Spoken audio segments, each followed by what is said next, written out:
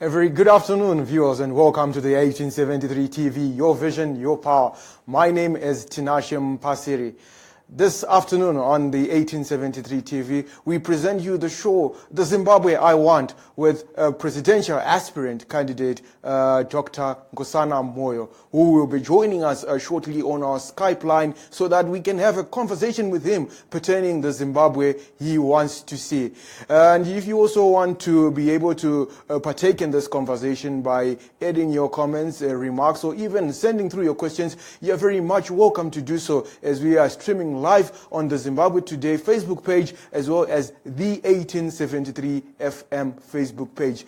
That is where you can be able to send all your questions, even your comments pertaining to the conversation that we'll be having with the presidential aspirant candidate, Dr. Nkosana Moyo. And to all those also who wish to follow us on Twitter, you can simply do so by following the handle The1873TV. And for you to participate in the conversation, you can send even voice notes on WhatsApp. And the WhatsApp number you are able to do so is 082-649-2451. The number again, 082-649-2451. And if you are outside South Africa, remember to prefix +27. And as an individual out there, as a viewer or even a listener, if you are listening, we would also love to hear from you what kind of Zimbabwe you would also want to see at the end of the day.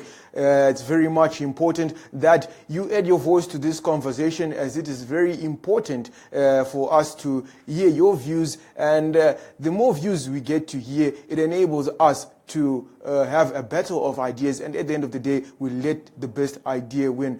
Great nations around the globe are as a result of great ideas that people tend to share. And the moment we suppress our voices on issues that matter, it means we cannot progress as individuals. The 1873 TV is your vision on issues that matter and your power to inspire new thinking, new outcomes, and new possibilities. And now let us connect with Dr. Nkosana Moyo so that we can have this conversation with him. And please tell a friend to also tune in and be part of this. Don't be left out on issues that matter. And for all those other individuals who are also watching from Zimbabwe today, if there are any documents that we'll be sharing, you'll be able to access them on the 1873 FM Facebook page. That's where you'll be able to access them. So don't also forget to like the 1873 FM Facebook page.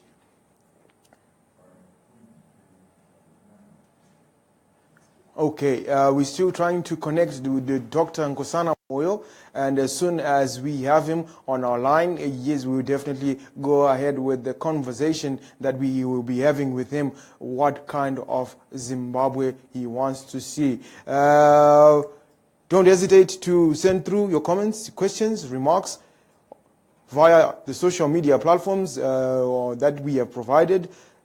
Zimbabwe Today being one of them. The 1873 FM is one of them. You can also follow the 1873 FM on Twitter. What is the Zimbabwe you want to see? Tell us what kind of Zimbabwe you would want to see. Is Zimbabwe, obviously most of the individuals believe that Zimbabwe is not where it is, where it would want it to be today, but it's a question that we are also posing to the viewer out there. Is Zimbabwe where you would want it to see today? And if not, where would you want it to be? Tell us, then we can also be able to share with the rest of the world what the kind of Zimbabwe you would want to see, the kind of Zimbabwe you would want to live in. We're just going to go on a short break, and as we try to connect with Dr. Nkosana Moyo. Okay, we have managed to connect with him. Dr. Nkosana Moyo, a very good afternoon and welcome to the 1873 TV. Good afternoon to you too. Yes, it is indeed a pleasure to actually connect with you so that you can be able to share with us and the viewers and the listeners out there the kind of Zimbabwe you would want to see. But doctor, for the benefit of those who do not actually know you, if you could just kindly give us a brief background of yourself. Well, briefly, I'm Nkosana Moyo. I'm 65 years old, born in Zimbabwe, Mberengwa, went to school in Makuva, Don Bosco, Chikwingwija Seminary, St. Ignatius College, and then went to London for all my university education. Then came straight back to Zimbabwe and lectured at the university in physics for 3 years, after which I went into industry and commerce and industry with TA Holdings. After 3 years, I went back to the UK to do an MBA at Cranfield School of Management, came back to TA, and then in about 89, joined. No. It's not you calling me, is it? No, not at all. Okay, so sorry. Unless it was a delayed call. Yeah, maybe. But let's just make sure that this is muted. Okay. So then in 89, I joined Standard Chartered Bank and worked with Standard Chartered until in Zimbabwe, London, and Dar es Salaam until 93.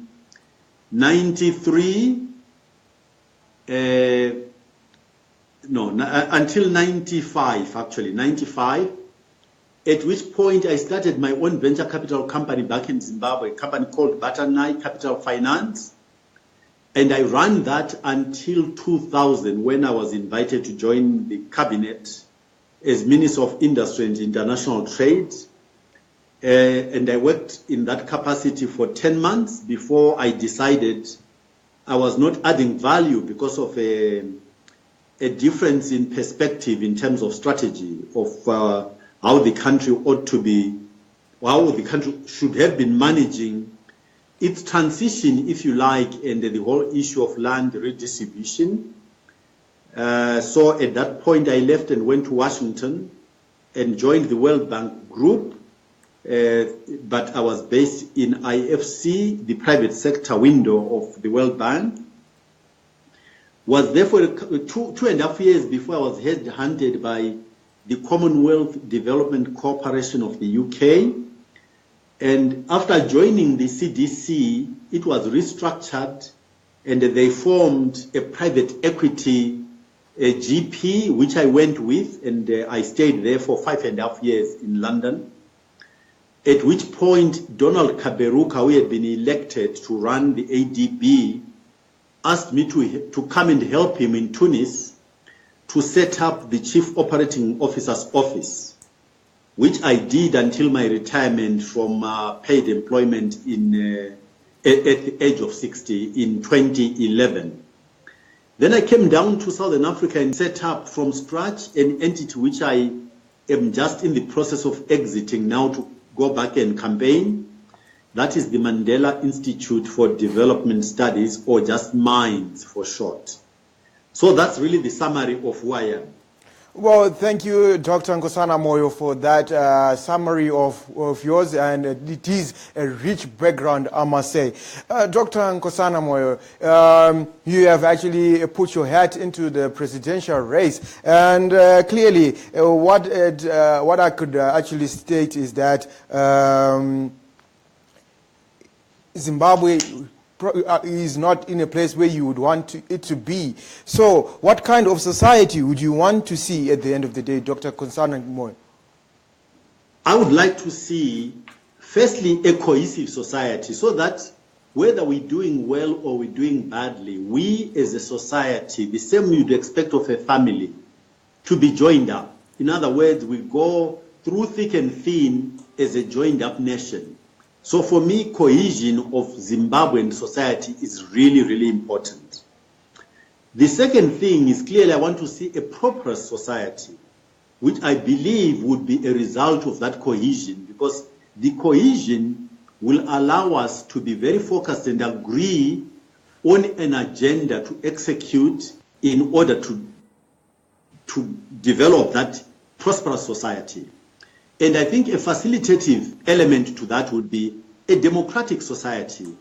And democratic societies, I think, are clear about division of labor and checks and balances within how the society operates. In summary, really, those are the three things: cohesion, democracy, and prosperity through a sound economy. Well, quite interesting society that you'd want to see at the end of the day. How best do you think that a cohesive society can best be achieved, Dr. Nkosana Moyo? Well, I think when we look at especially African countries, but maybe to be fair, third world countries, the starting point is the behavior of the head of state. I think that we, I include myself in using the term we, have not yet matured in our way of governance to the point where we understand that when you run an election, once you've won that election and you form a government, the government has to be a government of everybody in the country, not just the people who supported you. You have to be a government for everybody. And I think that's really the root of how you create cohesion, is the signaling coming from the behavior of the government and the head of state. The head of state must be a head of state for everybody, for all the citizens. And the government must run the economy or the country generically for all citizens, not for the party that won the elections.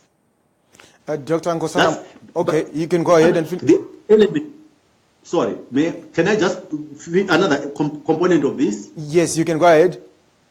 Is that when you're forming your administration, in my view, is that the administration has to talk to this issue. In other words, you don't have to continuously verbalize what you mean by cohesion. What you do should speak for itself in terms of how all citizens see themselves in the structure of the administration that you put in place. You brought up a fundamental aspect, that of government, which I believe as individuals we clearly do not have a shared understanding of. What's your understanding of government, Dr. Nkosana Moyo? Well, government is, I suppose, is the entity through which citizens delegate responsibility for doing things for them collectively through representation, whether through in parliament or the executive. Yeah. So those structures do things on behalf of citizens. The citizens delegate responsibility to their government just in terms of practicality. It's representation, but which should, if it's doing its job properly, continuously check that what it's doing is consistent with the mandate which comes from the people. So you are continuously checking to see that the agenda you are pursuing and implementing resonates with where the population is, what its wishes are, how it perceives its priorities, how it perceives its international relations, and the like. Because the reason why I asked is because even you find out that some individuals who happen to be parliamentarians do not actually understand this human construct called government. So it was also important that as a presidential aspirant candidate, you also share with us your understanding of what government is. And it's different from the state. What would be the difference of government from the state? Government in that sense is administrative. In other words, it's people, it's a group of people who are delegated or given the responsibility of going to execute, and that group of people will change from time to time. The state is the entity within which the population resides, and that, I suppose, what we call sovereignty and the like, yeah? So the state is perpetual, government is temporary, and the government should change from time to time according to the dictates of what the citizens want. Dr. Nkosana Moyo, would you agree that the rule of law is central to building of nations? Absolutely, without a question. And this is where the third arm, what I call democracy, within that are the functions of the government, or the functions in fact of the institutions of state, such as the way your army behaves and is perceived by the citizens, the way your police force behaves and is perceived by perceived and experienced by the citizens. The way your central intelligence organization behaves and is perceived and experienced by the citizens. The way your judiciary is experienced, perceived by the citizens. How these institutions of state behave essentially embodies how citizens will experience the rule of law. It's absolutely pivotal in terms of the citizens feeling that these are instruments that serve to protect them and their interests. So if you were president, Dr. Nkosana Moyo, who would you appoint as the Minister of Justice, as this ministerial post is very fundamental and critical as far as the role it plays in ensuring that the rule of law is respected? Well, I don't know who would appoint. That would be jumping the gun.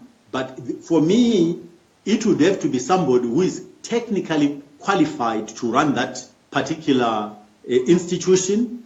And secondly, my behavior and all of our behaviors would have to demonstrate that this entity that they preside over is autonomous and serves the objectives that it should as an instrument of state, not an instrument of a particular political party. So if you were president, Dr. Nkosana Moyo, and laws are applied in retrospective, what would be your stance as far as such laws are concerned? Explain, be specific and be illustrative, if you will.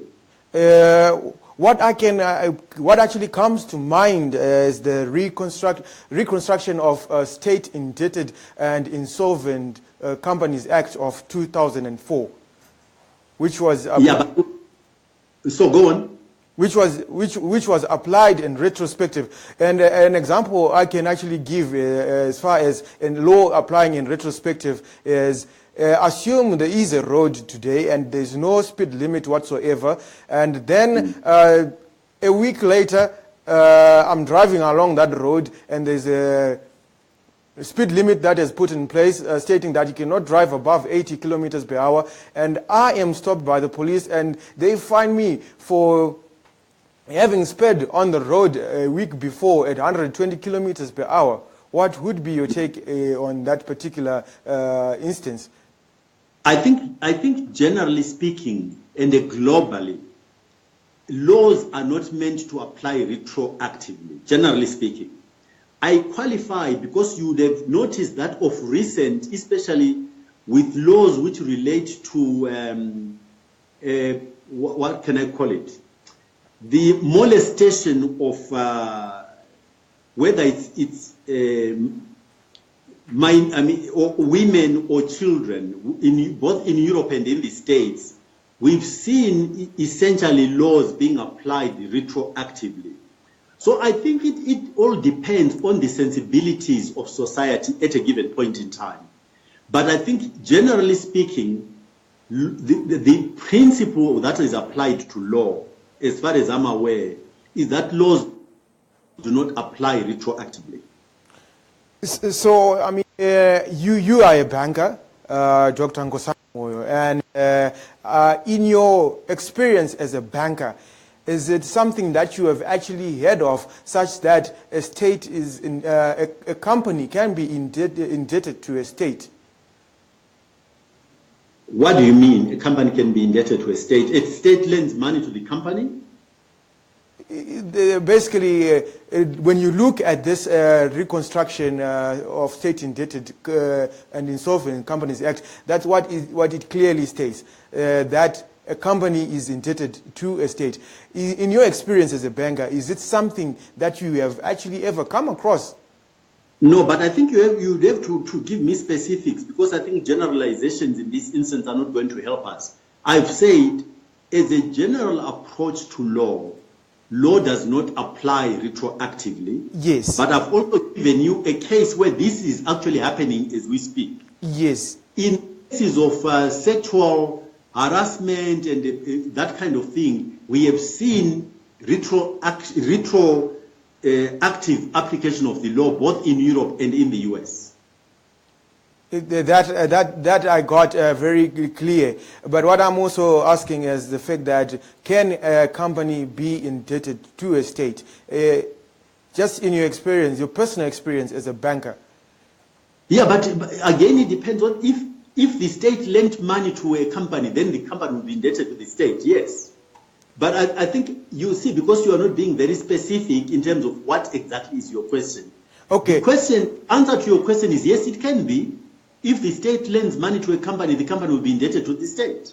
But I think then my argument would be, how can the state possibly lend money to a company? Yeah, but is it not? Is it not? Remember, again, you're asking a very generic question. Remember, in the rescue of banks following the financial crisis of 2008 and 9, states rescued private companies, and those companies became indebted to the state, and they paid back their indebtedness. So it depends on what it is you are getting at. Okay, let me show you the document that I have with me. Then you can also just have a look at it. The document is being shared on the 1873 FM Facebook page, and we can also share with you over Skype. Then you can be able to see what exactly we are talking about. No, but I mean, I am on voice, and if I go because of the bandwidth issues, we probably have an issue. Just tell me, what are the specifics of the case you've got in mind? And I'll answer your question. Well, I've given you examples. Yes. After 2008, states rescued banks. And those rescues, the structure of those financial structures, in instances where debt which the company had to pay back to the state. Okay, like in the case of Shabani Mashawa Mines, Dr. Nkosana Moyo, what I've come to learn of that case study that I went through, Doctor, is that there was no any way that the state actually lent the company money. But however, it is institutions like your Zimbabwe Electricity Supply Authority, your institutions like the Reserve Bank of Zimbabwe that we owed money by the company. Yeah, but those companies, I suppose people are being loose with their terminology. Those entities that were owed money are owned by the state. So I think people are just being lazy in their nomenclature or terminology.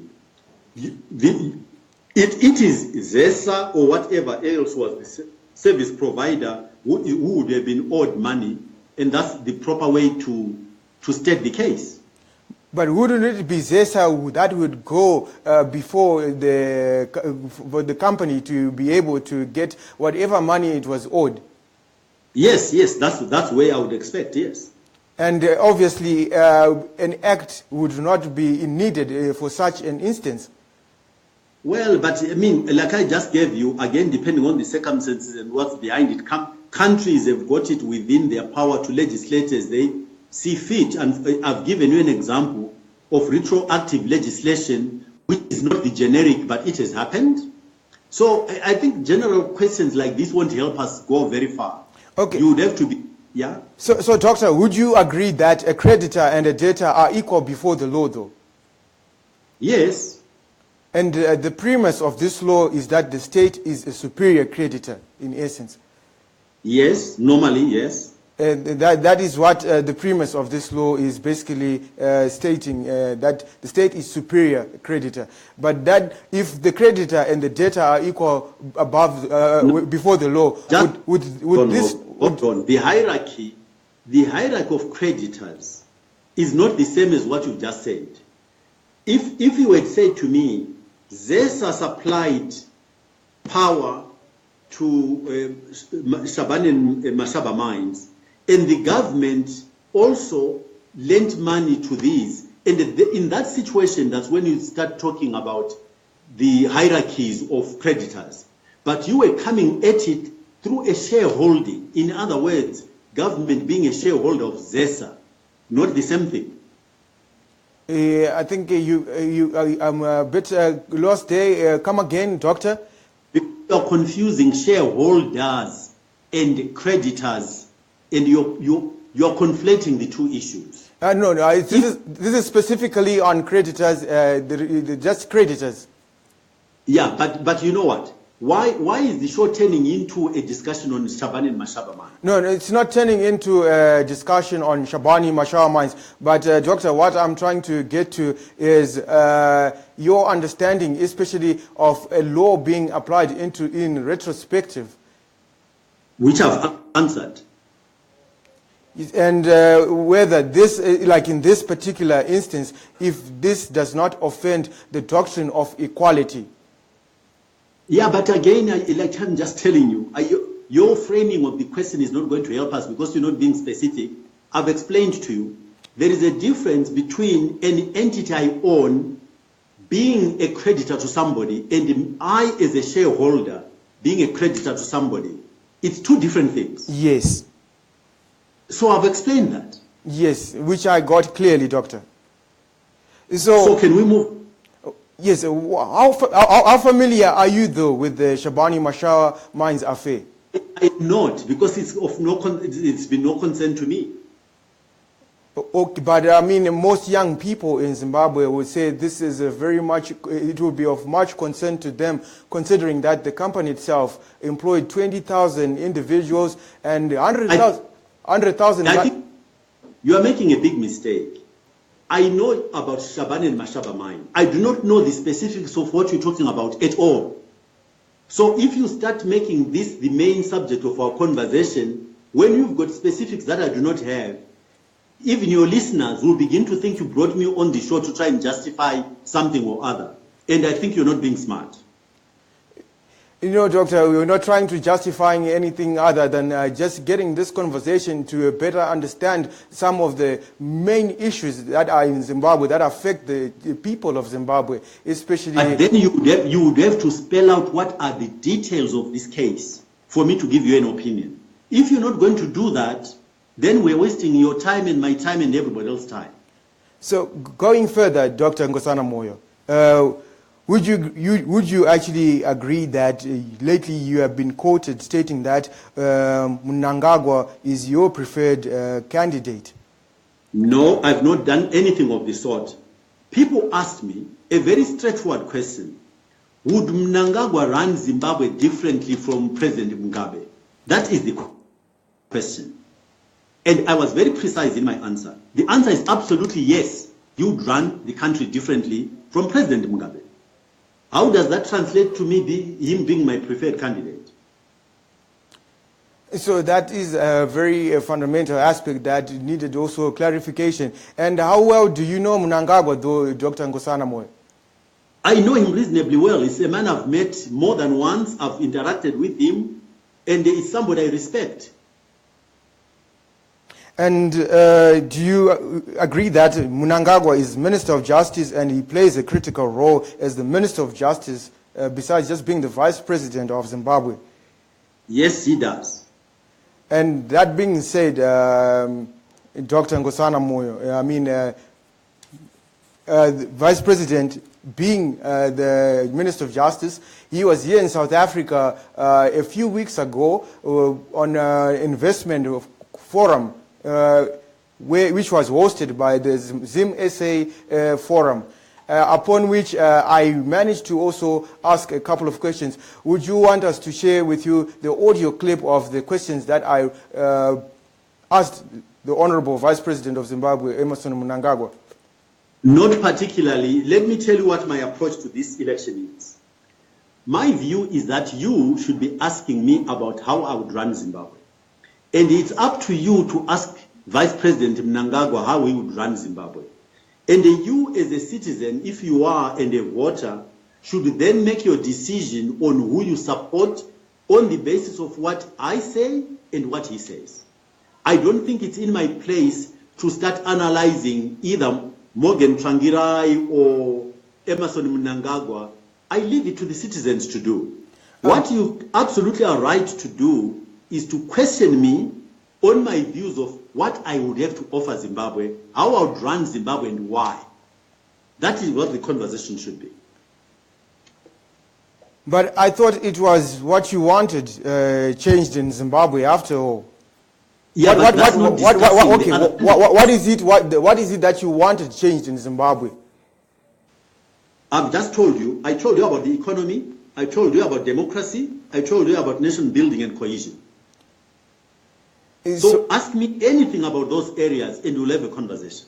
Absolutely. When we talk about the economy itself, I think that is one fundamental aspect why I was actually raising this aspect of the rule of law, because the rule of law plays a fundamental aspect in attracting foreign direct investment or even investment itself. And one question that I posed to the Vice President, that I'll also pose to you as far as the rule of law is concerned, is its importance in attracting investment. You find out there are individuals right now in Zimbabwe who are even afraid. These are native-born Zimbabweans who are investors who are afraid to step in Zimbabwe. I absolutely understood and accepted. You've asked me that question and I answered it. The rule of law is pivotal to how players in a country, players in an economy relate to each other. It's pivotal. So we have to run a system where the rule of law is paramount. That is clear to me. That's why I answered you about the behavior of the police, the behavior of the judiciary, the behavior of the intelligence services and the army. I explained all that. So you won't find any disagreement from me about the supremacy of the rule, the importance of the rule of law in regulating what goes on between the relations, the players within a country and an economy. It is incredibly important. Okay. So agree. Well, I've got one question here from a viewer. He's asking, how are you running your campaign given that you do not have structures on the ground?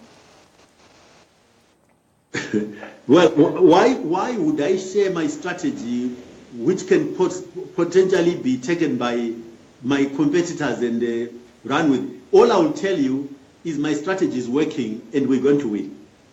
And but I'm going to go into the details of my strategy in a public debate and public forum because it won't serve my purposes, will it? So, what inspires you, Dr. Nkosana Moyo, to be the change? What inspires me? Yes. Because I'm a proud African in Zimbabwe, and I know that we as Zimbabweans can actually run a country that we can all be proud of. We don't have to be where we are. We are endowed with natural resources, and there are people who are absolutely amazing in terms of their attitude towards education, which is very important for human capital development, and their attitude towards work, their work ethic. With those things, all we have to do is get a government that runs things with respect of the things we've been talking about. The rule of law, the democracy, and the institutions of state which are impartial, so that the citizens begin to re-establish trust with their government and the state, and they will do everything possible to make that state prosper. That's all we need to do. Okay. And what inspires me is knowledge that we can absolutely do it. I have a question from one of the viewers. His name is Stephen Chada. He's actually sent this question on one of our WhatsApp platforms. He's asked, what is your take on the idea of a command economy? Of a what? Command economy. I do not know what a command economy is. I associate the word command with very militaristic kind of institutions. And I don't want to live in a militarized country. I want to live in a country that where the military are at the service of citizens as opposed to the other way around. So I don't understand what a command economy is. And I want my government to facilitate for me as a citizen to do what I need to do within the law to look after myself and my family. That's what I understand, and I don't think that can be called command. I have another question coming from a viewer as well. She's asking that, on the rule of law, is there something you find unacceptable about the current state of the rule of law in Zimbabwe? Of course I do. I mean, all Zimbabweans know that there is is no impartiality in the rule of it. I mean, I don't even know. There is no rule of law in Zimbabwe. There is one law for ZANU people and quite another for everybody else. In other words, there is two classes of citizenship. The first class are ZANU people, and the second class citizens are everybody else. That is not the rule of law according to what I understand. That's why I talk to you about nation building and cohesion, for all citizens of our country to feel they are treated exactly the same. And the only qualification is citizenship. Not what church I go to, not what gender I am, not what pigmentation I am, not what political party I belong to. I just want to be treated equally with everybody else as a citizen, full stop. There is Takuzwa Chikangare, who is in Rishawane. He asked, did you play any role in the funding of Econet? Well, I facilitated the whole formation of Econet. I was Strive's investment banker. Okay, I hope, Takuzwa, you've been answered there. Dr. Nkosana Moyo has stated that he facilitated the funding of Econet and he was Strive's... I said the formation of Econet. We handled Strive's efforts in establishing Econet from the beginning as his investment bankers. Okay. All right, I hope that the viewer has been actually answered there. But Dr. Nkosana Moyo, you find Mnangagwa's conduct acceptable and professional. What would you be the exception? What would I be the exception? What does it mean? What would be the exception? Of what? Earlier you stated that ZANU, there's two classes of citizens as far as the rule of the question pertaining to the rule of law. There's two classes of citizens, there's ZANU PF and there's the ordinary people. And earlier you also just reiterated that Mnangagwa would run the country better compared to Mugabe. No, please, I choose my words very carefully. I said Mnangagwa would run the country differently from President Mugabe. So how different? I think people would also want to understand how differently then would he run the country from Mugabe. But anybody would run it, because he's not President Mugabe, anybody would run the country differently from President Mugabe because they're not him. But more to the point, I said, you want to have a conversation with me, ask me about what I'm offering Zimbabweans. Don't ask me about Morgan Tsvangirai or Mnangagwa. Ask me about me. Some of these are questions that are also coming from the viewers and those who are tuned in, who are listening, Dr. Nkosana Moyo. But anyway, going forward... No, listen. But just hold on. It will not help the citizens and the voter for me to be talking about Mnangagwa. They will then go away not knowing what I'm offering. So if you want to be of use to the voters, ask me what I offer them. So if you were president then, Dr. Nkosana Moyo, what would be your agenda in the first 100 days of office? Well, I just gave you the list, didn't I? So we are now repeating. I've told you it's pivotal to get our citizens feeling that they are cohesive, they are one. So the issue of national building would be critical. Democracy, incidentally, and the running of state institutions will take all the corruption out of our system. And it's key. And the rest would be to address the economy. So those are my three pillars. Addressing the economy and being clear about the role of government and the partnership with entrepreneurs and the private sector. Democracy and making sure that institutions of state are not captured by any political party. And the national building and cohesion, making sure that the citizens of Zimbabwe feel that equity characterizes the behavior of their government. So, good afternoon. Good afternoon, Dr. Moyo. My name is Mshana Mrefu, and I'm based in the UK. I've quite enjoyed your discussion here, and I was hoping if I could ask a few questions, if I may. Yeah, please go ahead. Okay. Firstly, I think it is very noble of you stepping into the platform and taking this initiative of running as a presidential candidate. I find that commendable. My question really is, we have seen a trend in Zimbabwe where most of the presidential candidates who come, they seem to be more centered on the idea of Mugabe must go. Mugabe has been in power for a long time. I am the better alternative, without actually telling us what they want to provide. Now, I've heard the things that you have listed, but you don't actually specify or tell us a bit more how you're going to achieve those things, so that the voters can actually take a step back and look at these things and see how feasible they are to achieve, or will it just be a campaigning gimmick? Now, one of the questions that I asked initially was that you, as an independent candidate, it is very difficult for us to envisage how you'll be able to. By the way, I'm not an independent candidate. That's where I started from. Right. And listening to the feedback from the population, I considered that it is not time for our continent, I suspect not just Zimbabwe, to support an independent candidate. And I also explained what was behind my positioning at the beginning. Now we are running as APA, which is an alliance of the People's Agenda, which is a movement, so not an independent candidate anymore. Okay. So let's get that out of the way. Thank you. Will we have an opportunity to actually get to know some of these people that you're running with? But of course, absolutely. So I think it is very important, because one of the things... Can I just be clear one thing? As long as you are not asking me to form a cabinet before the election. Oh, no. I'm talking about... So we just need clarity on what that question really means. No, what the question means, it would be interesting for us to know who your team is. No, but what do you mean by team? You said it's an alliance. Who your associations are with?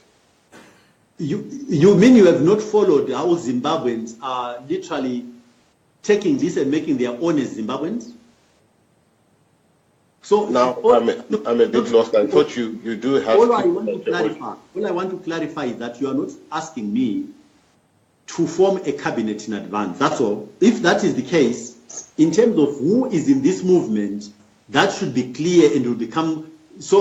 You just need to be clear that you are not asking me to form a cabinet in advance. No, I did answer that question. I said no, I wouldn't expect you to do that. But what I would expect is for you to tell us who your team is, who APA is made up of. So you said it's an alliance. So an alliance would obviously have people that it's associated with. And it is those people that we're interested to know beforehand. And I'll tell you for good reason. Can I just tell you something, which I'm sure that if you are in the media, you would have realized. During the last 3 months, Zimbabweans have been asking me, amongst others, to consider running. So I have been asked by Zimbabweans. So Zimbabweans are part of the alliance, Zimbabweans broadly speaking. All those masses who've been asking and clamoring to say, where are you? We think you can help do something here. Yes. So the ownership of this initiative is literally a Zimbabwean issue, Zimbabwean citizens. But Dr. Nkosana Moyo, there are some individuals who actually accuse you of not knowing the real situation in Zimbabwe. What would be your take on that? Well, it's just opposition, and I'm not surprised because everybody, you see the politics that we've been indulging in, which are very unhelpful, and where I hope the press would really get its act together, is when you start asking me about individuals. Then if I'm not careful, I start addressing my comments to you on those individuals as opposed to the substance, which is what are you offering our country? So about me, ask them what it is they are offering Zimbabwe rather than what they think of me. Dr. Moyo, yes. I think what I was trying to get at with my question is to have a sense or to have an understanding. So, for example, you might say, these are the people that I work with, X, Y, and Z. and then it turns out X, Y, and Z are actually criminals. So that is absolutely essential for us to know, because we are going to be voting you as our next presidential candidate or as our next president. And we wouldn't want that to happen knowing that you are associated with people who have been involved in criminal activities and so on and so forth. That's the background to my question.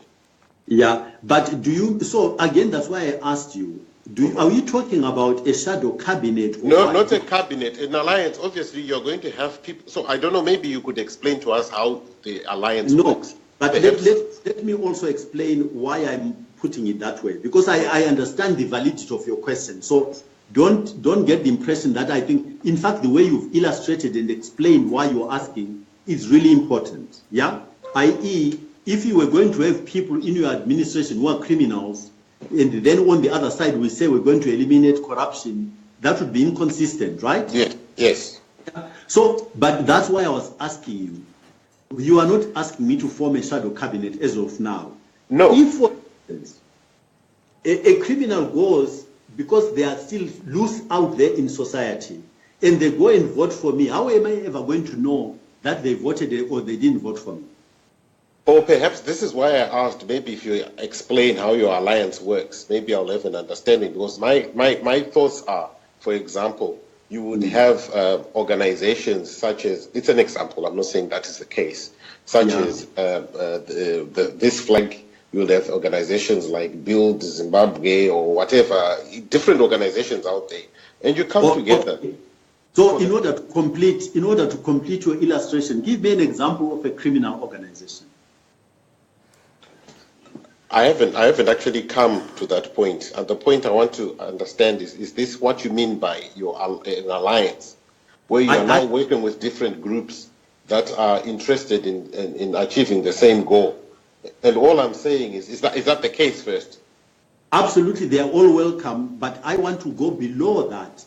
And this is again where we started off by why at the beginning was I trying to run as an independent? Cohesion for me means we need to studiously avoid the trap of any formation excluding other citizens.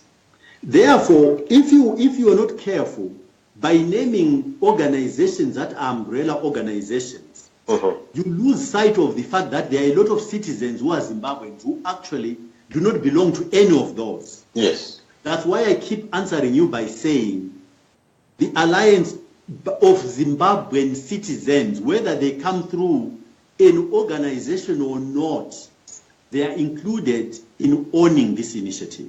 So are we ever going to know them, is my question? Or are they going to remain, oh no, I work with an alliance? But again, it depends on what you mean. Are you saying the administrative structures of the alliance of APA? Dr. Moyo, what I'm saying to you is this. What you are saying to right now, as of now, what you are saying to me is not different from a person who's saying I'm running as an independent cabinet. Once I'm in power, I will then decide who comes into my cabinet. So I'm trying to understand the difference between you when you were running as an independent candidate to you now as being part of an alliance. What is the difference? So in fact, you are talking about the structures of APA. Yes. Can we agree that's what your question seems to say? Oh, yes. I mean, that's what it boils down to, yes.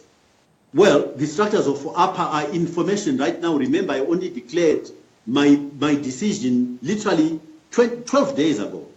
Not really, Dr. Well, it was remember, we were call it 14 days if you like then. No. We were on together with on Zimbabwe with Grace and Quinja. I'm not quite sure her last name. At that point, where you said you are running. And go back and play the tape. You will find that you're wrong. Okay. I declared my decision on the 29th of last month. Right. That's the precise date. Okay, so basically, moving forward, what you're saying is you don't have structures at the moment, they are still being formed. They are still being formed, yes. Okay. Because so I only decided I was going to run 12 days ago, 14 days ago. Okay. The other question I have generally is not a question per se, but just an observation that I keep seeing and I keep worrying about organizations and individuals that want to run for presidency, where we understand, obviously, we know the demography of Zimbabwe, we know the distribution of the population, and looking at previous data, you clearly see that a lot of the voters are based in the rural areas. This is something that has been repeated over and over again. But we seem not to see any active activity happening within rural areas. And those candidates that are most likely going to be an alternative are focusing in city centers, where they don't actually need to campaign at all, because people in the city centers are fed up with the current government.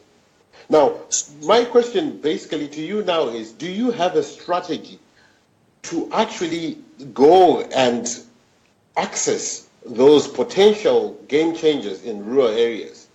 Absolutely. Absolutely. I answered before you came on board. When the other gentleman was asking me, I told him, I've got a strategy, but I'm not about to share it with competition.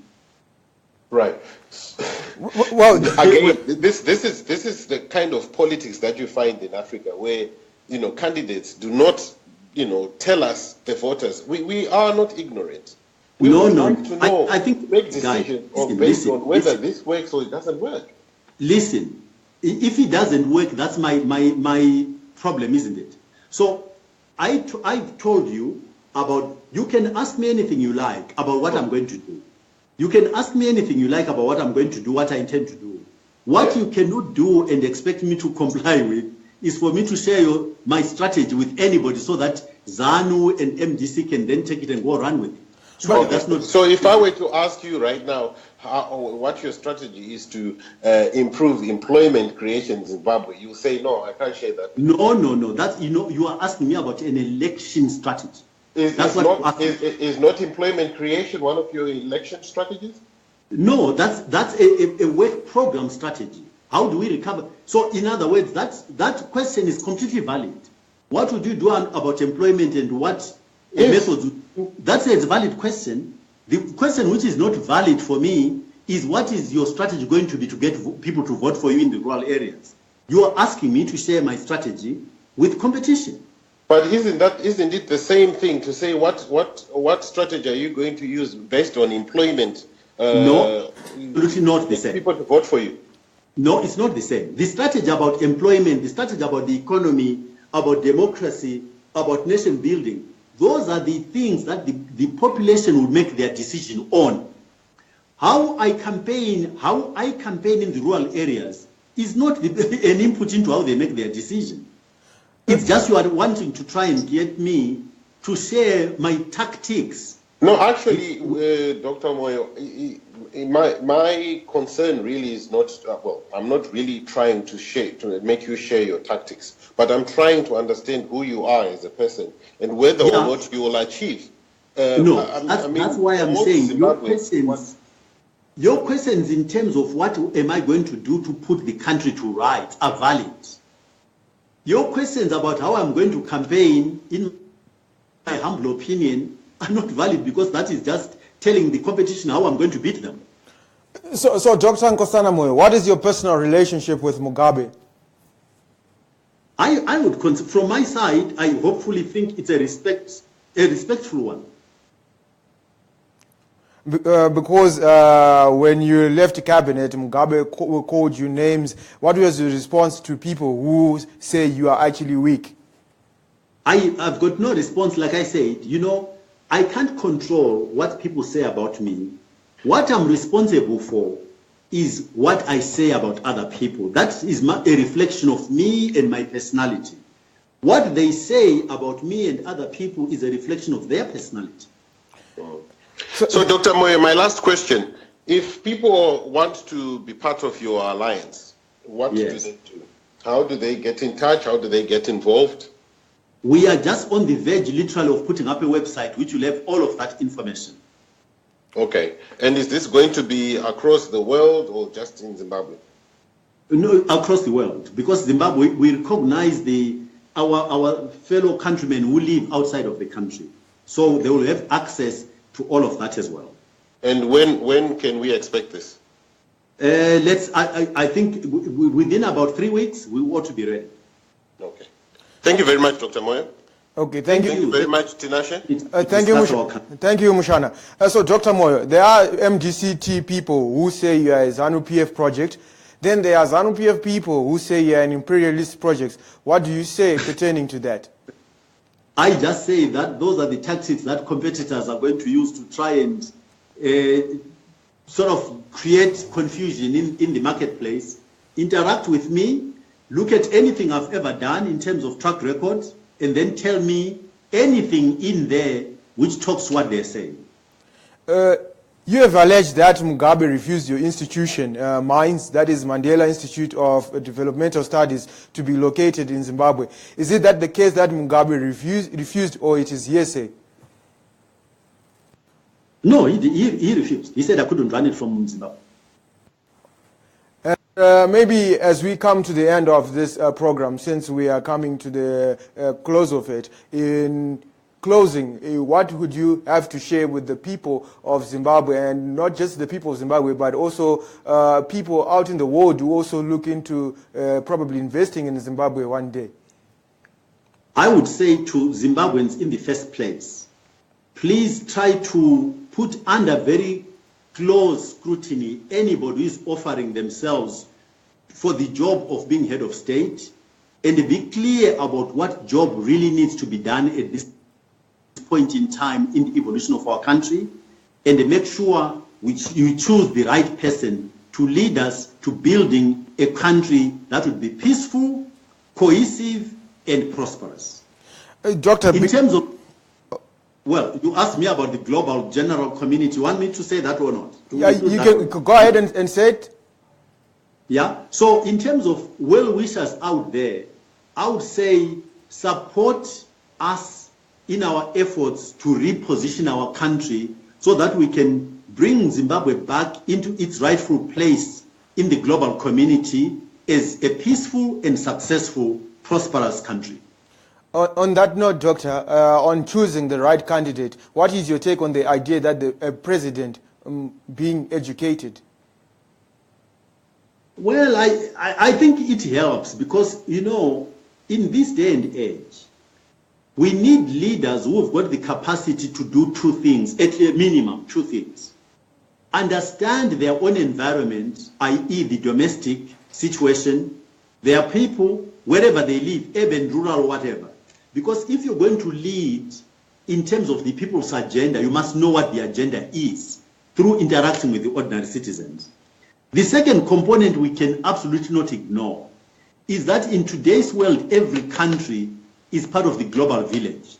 And therefore, your capacity to manage on the international scene, international institutions, financial institutions, global governance institutions, and be taken seriously by the people who will be sitting around a table and be knowledgeable about what is going on out there is an equally important component. So I would say in today's world, to get somebody, so we may, whether education contributes to it, let's just put it aside. For me, I would look at somebody who can deliver on both fronts, to get the global and the domestic. Well, Dr. Moyo, thank you so much for giving up time so that you could also add your voice on the 1873 TV, and also for the benefit of our viewers as well as our listeners who also wanted to hear from your own mouth, from the horse's mouth, that is you, Dr. Nkosana Moyo. Thank you so much once again, and we wish you the best in your endeavors. Thank you. Thank you very much for creating the opportunity to discuss our country. Absolutely, a pleasure. Listeners and viewers, we have come to the end of the program, The Africa I Want Today, where we had Dr. Nkosana Moyo, presidential aspirant candidate who will be running for the presidential election in Zimbabwe in the year 2018.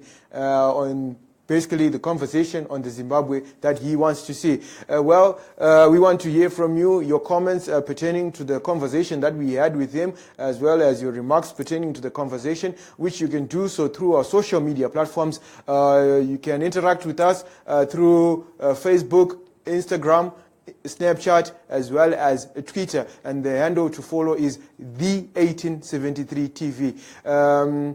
Thank you so much for making 1873 TV your channel of choice. With that, we come to the close of this program, and thanks to the personnel behind the scenes who also made the program a successful program. Goodbye for now.